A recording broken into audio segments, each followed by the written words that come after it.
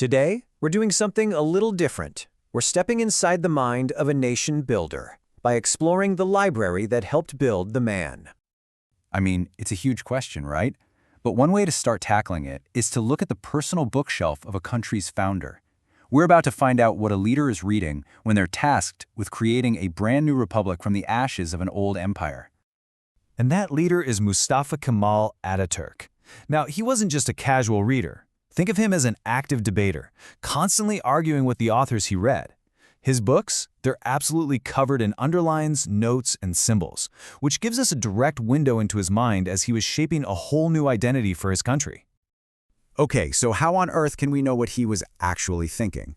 Well, that's where this incredible, and I mean incredible project comes into play.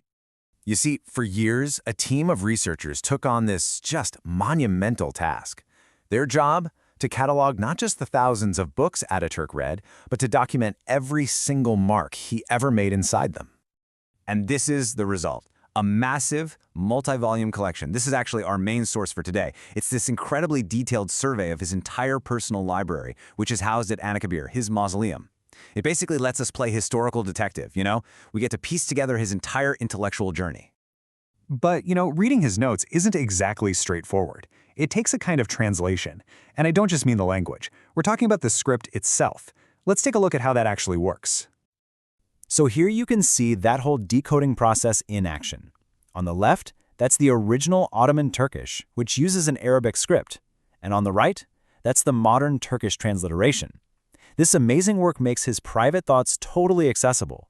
It's like we've been given a key to unlock a conversation that happened almost 100 years ago.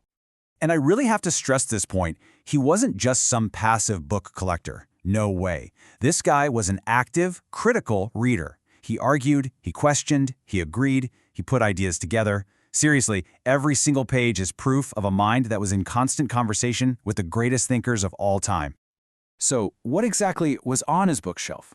I mean, you'd probably expect a ton of books on military strategy and politics, and yeah, he definitely had those. But the sheer range of his library, it's just astounding. Just look at this. He's digging into the Code of Hammurabi. We're not talking about just Turkish history here. This is one of the absolute cornerstones of law and civilization for the entire ancient world.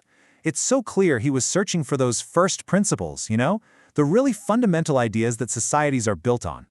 And at the same time, he was totally plugged into the modern world. Here, for example, he's reading a book that translates to the psychology of European nations. So he wasn't just looking at armies and economies. He was trying to get inside the heads of other nations to understand their culture, their character, their whole spirit.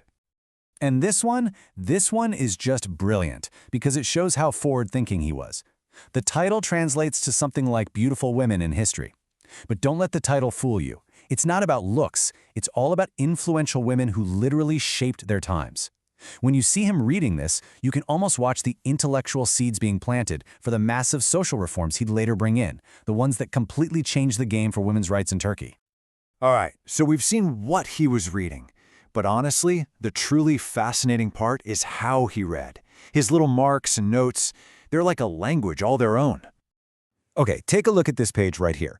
See those X marks in the margin? Those aren't just simple check marks. Oh no, they mean something is important, a point of intense focus, or maybe even something he disagreed with. He is flagging this passage for a very specific reason. So, what on earth caught his eye? Well, this is the translation of that exact passage. It's from that book on European psychology, and it's talking about a pretty Machiavellian idea. Basically, if you claim a right over and over again, eventually people will just accept it as a right. By putting that X there, Ataturk is zeroing in on this really key and kind of cynical insight into how political power is actually built. And the man had an amazing eye for historical turning points. Look here. In this book about the history of Andalusia, he doesn't just underline something, he draws a big, bold box around one single number, 732. That, of course, is the year of the Battle of Tours, a super-critical moment that completely shifted the course of European history. He got it. He understood that a single event can change absolutely everything. So what's the big takeaway here? This wasn't just him kicking back with a good book. This was strategic.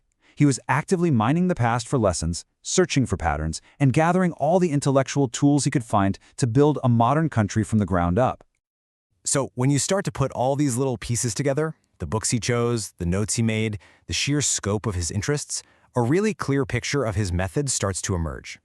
It's like he used history as a kind of diagnostic tool. He'd study the past, not to copy it, but to learn from all the wins and the losses. He'd analyze what was happening right then to understand the world's problems, and then he'd pull all of that knowledge together to create a blueprint for the future of Turkey.